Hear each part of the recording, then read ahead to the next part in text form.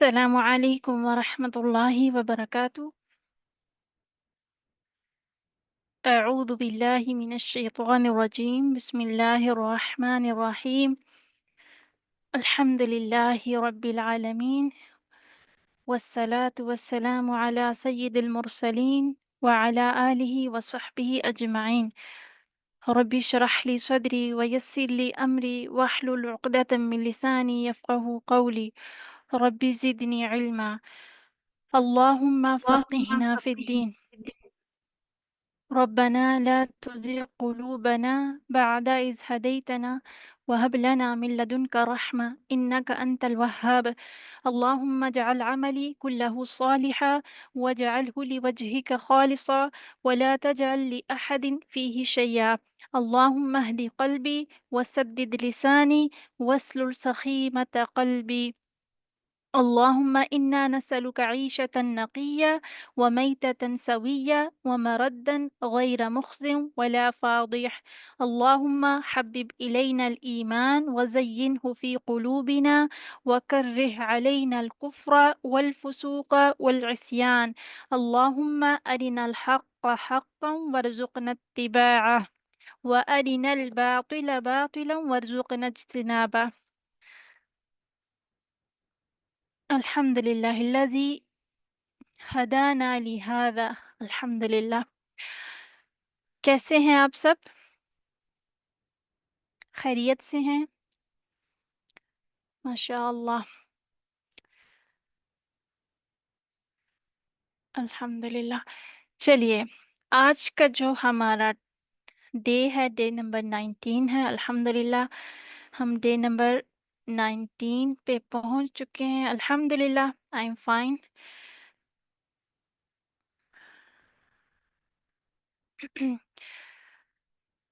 Day number 19، اور اس کے اندر آج ہم انشاءاللہ جو ٹاپک ہم کور کرنے جا رہے ہیں وہ کیا ہے؟ آیت نمبر 3 ہماری سٹارٹ ہو چکی ہے۔ لاسٹ ٹائم ذرا سا میں نے ٹچ کیا تھا آیت نمبر 3 کو۔ آج فائنلی انشاءاللہ ہم اس کو پراپر تھورلی دیکھیں گے۔ مالکی یوم الدین، الحمد للہ رب العالمین، یہ پہلی آیت تھی، اور پھر اس کے بعد الرحمن الرحیم دوسری، اور اب ہم تیسری آیت پہ پہنچے ہیں، مالکی یوم الدین۔ اچھا، آج ہمارے پاس 2 ٹاپکس ہیں، ہوپ سو انشاءاللہ ہم کور کر پائیں۔ سیکنڈ ٹاپک اگر نہ بھی کور ہوا کیونکہ اٹس لینتھی، تو پھر انشاءاللہ ہم اس کا پارٹ 2 لے کر آئیں گے نیکسٹ ویک۔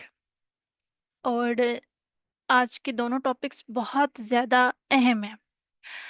آج ایک ایسی دنیا کا پردہ کھلنے والا ہے آپ کے سامنے، جو میں بھی ہمارے ایمان میں، توحید میں، یقین میں، توکل میں ہے، لیکن اس وہ پراپر اس کی جو پکچر ہے نا وہ پکچر ہے اتنی نا وہ واضح اتنی نہیں ہے، واضح نہیں ہے۔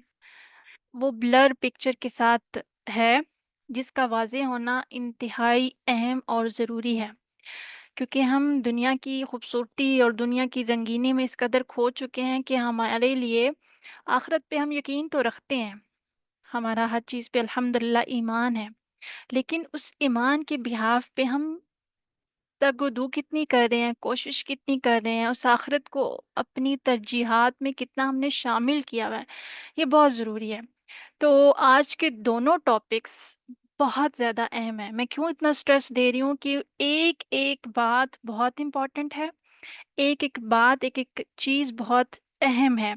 اس سے جو اگلا ٹاپک ہے نا وہ تو چھکے چھڑا دینے والا ہے، اور چھکے چھڑا دینے سے کیا مراد ہے کہ ام، ایک ایسی حقیقت سے روشناس کروائے گا کہ جس کو ہم جانتے تو ہیں لیکن پہچانتے اس طریقے سے نہیں ہیں۔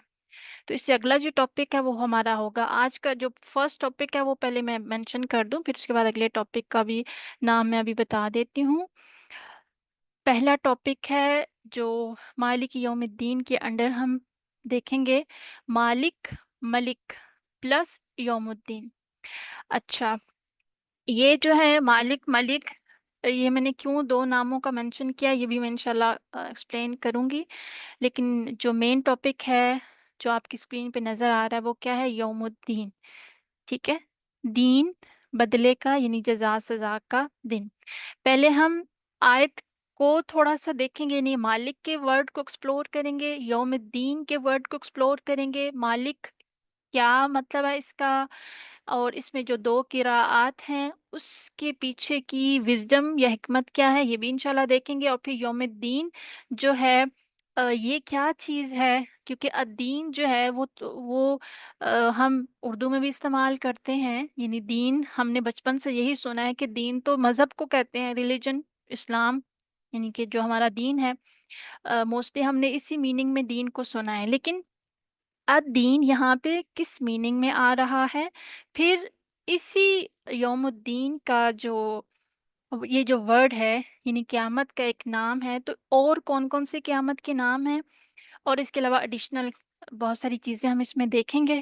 اور پھر اس سے جو اگلا ٹاپک ہے نا وہ بہت زیادہ اہم ہے، اور بہت کچھ آپ کے اوپر آج ڈسکلوز ہونے جا رہا ہے انشاءاللہ بإذن اللہ، اللہ نے چاہا تو۔ وہ کون سا ٹاپک ہے؟ المنظر یوم القیامہ، قیامت کا منظر اور جزا سزا کے مراحل۔ ٹھیک ہے، کیا مراحل ہیں، کون کون سے مرحلوں سے میں نے اور آپ نے گزرنا ہے قیامت کے دن، یہ ساری چیزیں واضح ہونا بہت ضروری ہے تاکہ ہم ہر مرحلے کے لیے الگ سے تیاری کر سکیں۔ کہیں بھی ہم جاتے ہیں تو کتنی تیاری کرتے ہیں، کوئی شادی آنے والی ہے، کہیں جانا ہوتا ہے، کوئی وزٹ ہے، کوئی ٹور ہے، یا آپ کے گھر میں کسی نے وزٹ کرنا ہے، مہمانوں نے آنا ہے، کتنی لمبی پلاننگ کرتے ہیں، مہینہ 2 مہینے پہلے۔ اگر مہمانوں نے آنا ہے، دور سے مہمانوں نے آنا ہے تو 2 مہینے پہلے سے ہی شروع کر دیتے ہیں، گھر کو رینوویٹ کرنا ہے، یہ کرنا ہے، وہ کرنا ہے، جب وہ آ جائیں گے تو یہ کھانے بنانے ہیں، یہ پلاننگ ہے، یہ مینیو ہے، کیا کہاں کہاں جانا ہے، کیا کیا کرنا ہے۔ تو جو یقینی چیز ہے آخرت، ہم اس کے لیے کتنی زیادہ پلاننگ کرتے ہیں، اور پھر اس کے لیے کتنی اسی سیکوینس کے ساتھ پھر ہم کتنے ایکسائٹیڈ اور کتنے کنسرن ہو کے اس کی تیاری بھی کرتے ہیں۔ ٹھیک ہے، ہمارا مطلب ہم زندگی پتہ ہے کیسے جی رہے ہیں، ہم زندگی بائی ڈیفالٹ جی رہے ہیں۔ ڈونٹ لیو بائی ڈیفالٹ، ٹھیک ہے، لیو بائی ڈیزائن، زندگی کو بائی ڈیزائن ہم نے جینا ہے۔ ٹھیک ہے، یہ نہیں کہ صبح اٹھے ہیں بس ٹھیک ہے جی صبح ایک مل گئی ہے، اس میں کوئی شکرانہ نہیں ہے، کوئی اس میں مہلت کے کانسیپٹ کو ہم نے نہیں دیکھنا کہ آج کا دن میرے لیے کتنی بڑی مہلت ہے، اللہ نے مجھے ایک اور دن دے دیا آخرت کی تیاری کے لیے۔ ہم جب کسی چیز کی تیاری کر رہے ہوتے ہیں نا تو پہلے مہینوں کو قیمتی جانتے ہیں، اور پھر ہفتوں کو، مطلب جیسے جیسے وقت آگے جاتا ہے ہفتوں کو قیمتی جانتے ہیں کہ بس ہاں 3 ہفتے رہ گئے ہیں، بس اب تو جلدی کرنا پڑے گا، ٹائم کم ہے، مقابلہ سخت ہے، تیاری بہت رہتی ہے۔ اور جب ہفتے دنوں میں بدل جاتے ہیں تو پھر ہم دنوں کو کاؤنٹ کرتے ہیں، اتنے دن رہ گئے ہیں، تھوڑے سے دن رہ گئے ہیں، بس 4 5 دن رہ گئے ہیں، بس جلدی سے تیاری ابھی بہت رہتی ہے۔ اور پھر جب دن گھنٹوں میں بدل جاتے ہیں تو ایک ایک گھنٹہ ہمارے لیے اہم ہوتا ہے، اور جب گھنٹہ منٹوں میں بدلتا ہے تو ایک ایک منٹ ہمارے لیے اہم ہوتا ہے یا نہیں ہوتا؟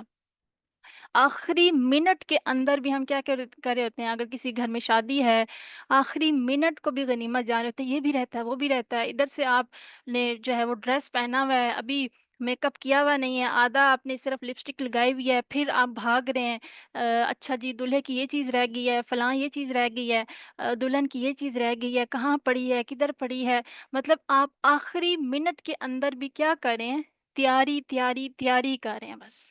اور وہ کیا ہے، جب موقع آتا ہے اور بس وہ آ کے گزر بھی جاتا ہے، پتہ ہی نہیں چلتا کتنی لمبی ہم تیاری کرتے ہیں، آخری منٹس کو بھی غنیمت جانتے ہیں۔ تو یہ ساری جو میں نے کہانی سنائی ہے، کہانی سنانے کا کیا مقصد ہے کہ ہم اپنی زندگی کے بعد سالوں، سالوں کے بعد مہینوں، اور مہینوں کے بعد ہفتوں، اور ہفتوں کے بعد دن، آج کا دن جو صبح 4 یا 5 بجے ہمارا شروع ہوا ہے، آج کے دن کو میں نے کتنا غنیمت جانا کہ آج کا دن اللہ نے مجھے ایکسٹرا دے دیا آخرت کی تیاری کے لیے۔ اس لیے نہیں کہ میں کچن میں جا کے کھانا بناؤں اپنے بچوں کے لیے، اچھی سے اچھا سا جو ہے وہ لنچ ریڈی کروں، آج میں نے اچھا سا ڈریس پہننا ہے، آج میں نے وہاں وزٹ کرنا ہے، آج میں نے یہ کام کرنا ہے، وہ کام کرنا ہے۔ مطلب میں ابھی جتنے بھی اس وقت موجود ہیں، ہم میں سے کتنوں نے سوچا ہے اس بارے میں کہ آج کا دن مجھے الحمدللہ اللہ نے دیا آخرت کی تیاری میں کر سکوں؟ کتنوں نے سوچا؟ ہارڈلی، بہت مشکل ہے کہ کسی نے اس بارے میں سوچا ہوگا، اس اس نظریے سے بھی اپنے دل کی مہلت کو لیا ہوگا۔ تو آج کا جو ٹاپک ہے نا، اسپیشلی جو سیکنڈ والا ٹاپک ہے، یہ ہمیں ایک ایک منٹ کی قیمت بتائے گا۔ ایک ایک منٹ کی قیمت بتائے گا کہ وہ دن اتنا آسان دن نہیں ہے جس کو ہم نے آسان سمجھا ہوا ہے، جس کو ہم نے سمجھا ہوا کہ ہاں اگر اللہ کی ایک رحمت اس دنیا میں ابھی تک چل رہی ہے تو اللہ نے تو 99 رحمتیں بچا کے رکھی ہوئی ہیں، مجھے بھی کہیں سے حصہ مل ہی جائے گا، میں جو مرضی کروں، جیسے مرضی اپنی زندگی گزاروں، ڈزنٹ میٹر۔ نہیں، ایسا نہیں ہے بالکل بھی۔ وہ دن بہت سخت دن ہے، ٹھیک ہے؟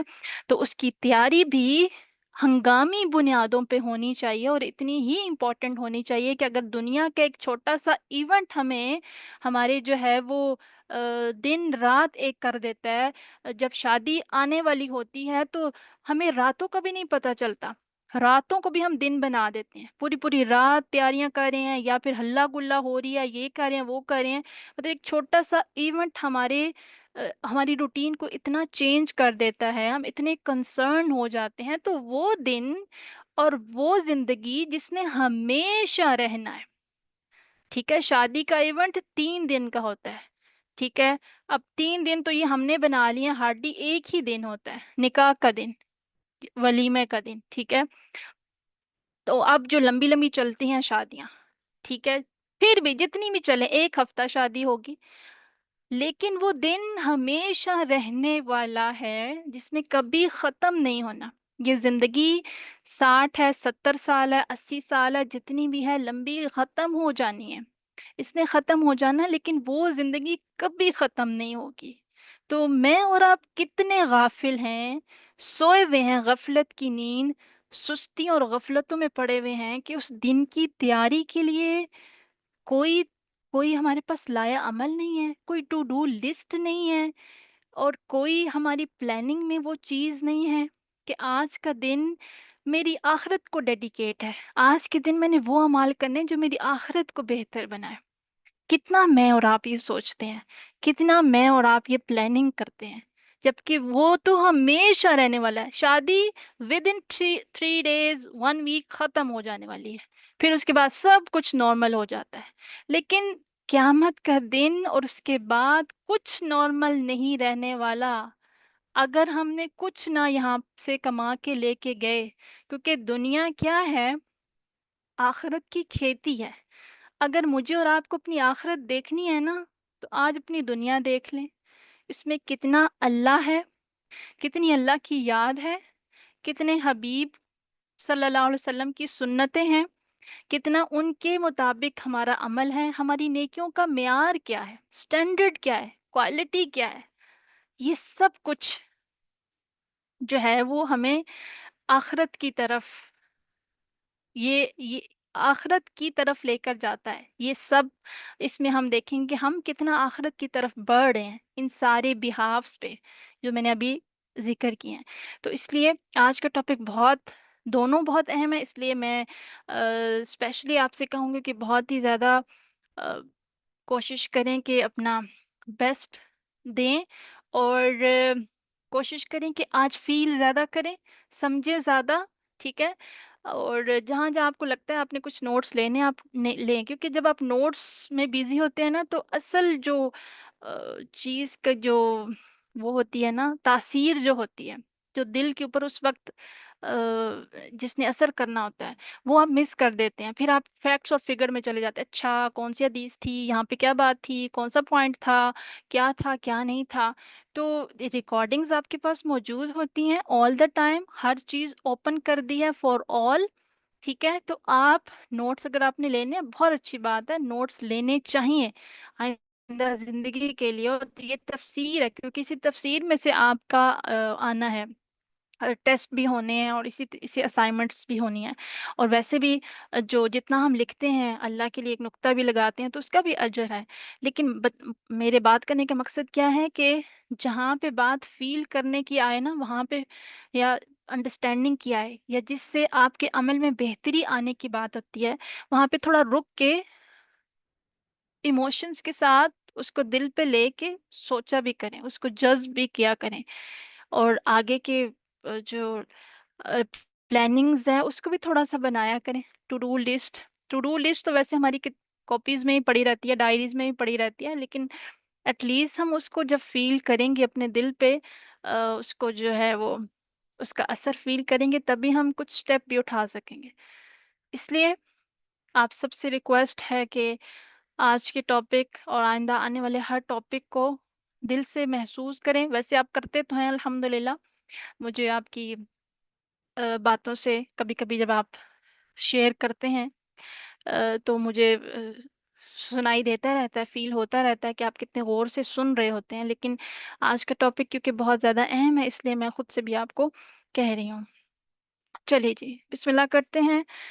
آج کا ہمارا فرسٹ ٹاپک مالک، ملک اور یوم الدین۔ اچھا، اس میں سب سے پہلے ہم یہ دیکھتے ہیں کہ مالک یوم الدین، مالک یوم الدین کے بارے میں کچھ چیزیں دیکھتے ہیں، پھر اس کے بعد آگے چلتے ہیں۔ لیکن پہلے ہم دین کے بارے میں بات کرتے ہیں، ٹھیک ہے؟ دین، دین کیا ہے؟ الدین، عربی میں دین کہتے ہیں فیصلے کو۔